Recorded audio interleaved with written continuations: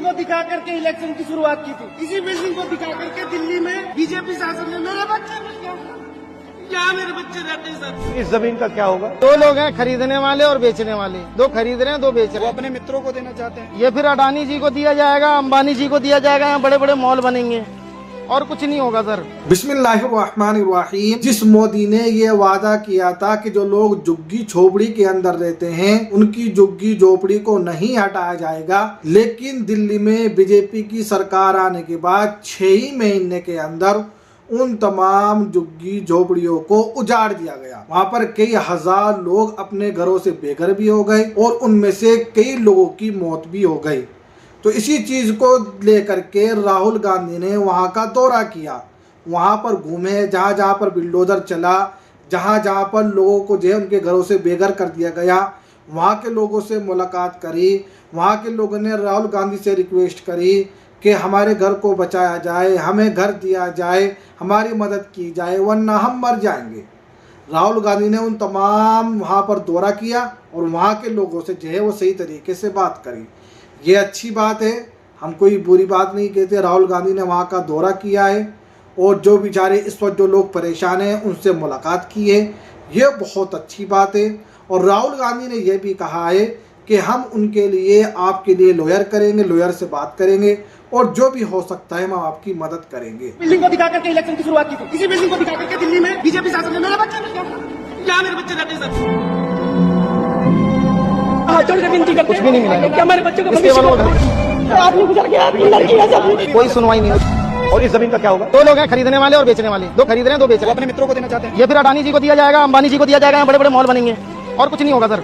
मलबे में दब गया है, कुछ नहीं बचा उनके पास में। बच्चों की किताबें, कपड़े, सामान सारे जमींदोज हो चुके हैं। मेरी बेटी भी चला गई। मोदी जी ने तो इतना पर्चा छपा के बांटने के लिए दिया था, उसमें लिखा था जहाँ झुकी वहीं मकान। तो दूसरे लोगों को लाके बसा दिया, हम लोग कहाँ जाएंगे? मैं बेघर हो जाऊंगा, मैं कहाँ जाऊंगा?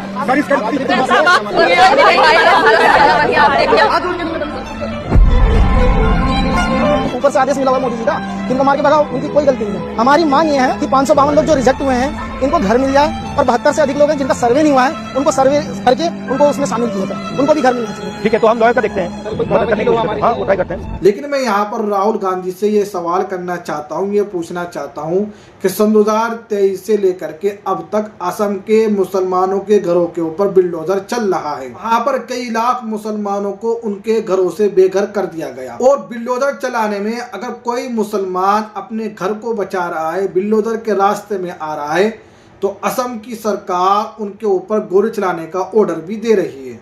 वहाँ पर कई मुसलमान मर भी गए, बहुत सारे मुसलमानों को जेलों के अंदर भी डाल दिया गया और 1 लाख से ज्यादा मुसलमान लोग अपने घरों से बेघर हो गए। तो क्या राहुल गांधी को ये नहीं चाहिए कि आप वहाँ भी जाएं, मुसलमानों के दरमियान भी जाएं, जो इस वक्त मुसलमान लोग परेशान हैं उनसे मुलाकात करें, सबसे वहाँ पूछे कि आपके साथ क्या हुआ है, कैसे हुआ है, आपके घर के ऊपर बिल्डोजर किसने चलाया, क्यों चलाया, कब से चल रहा है, कितने लोग मर गए, कितने लोग जेलों के अंदर बंद हैं।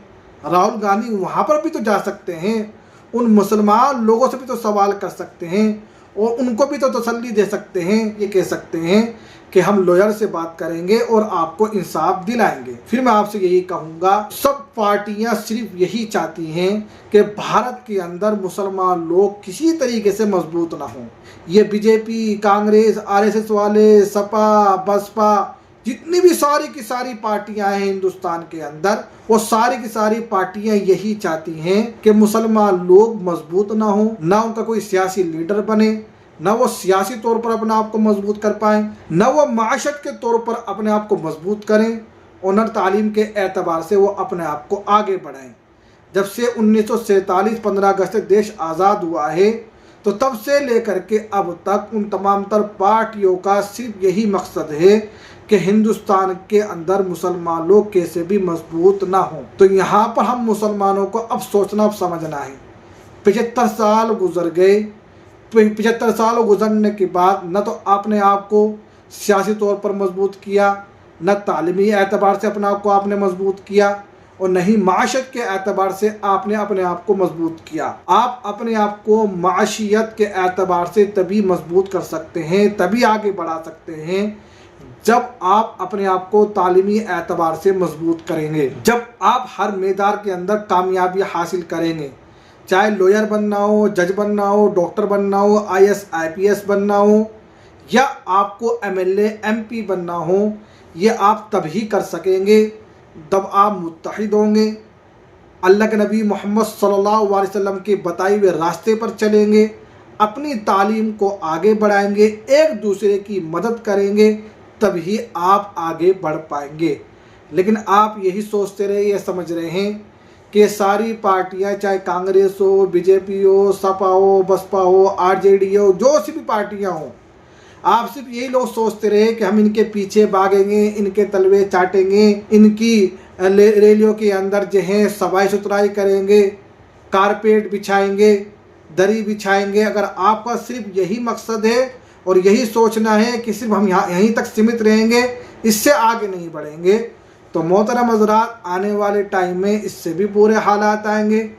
75 सालों में जो आपको इन लोगों ने कमज़ोर करने की कोशिश की है और कमज़ोर बाकायदा तौर पर किया है, तो आने वाले टाइम में वो आपको इतना कमज़ोर कर देंगे कि जो आप अपने हक़ के लिए थोड़ा बहुत लड़ रहे हैं, तब आप अपने हक़ के लिए लड़ भी नहीं पाएंगे।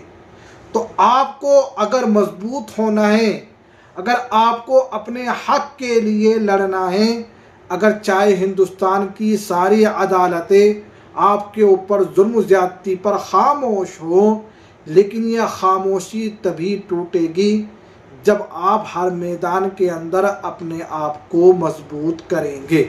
अस्सलामु अलैकुम वरहमतुल्लाहि वबरकातुहू।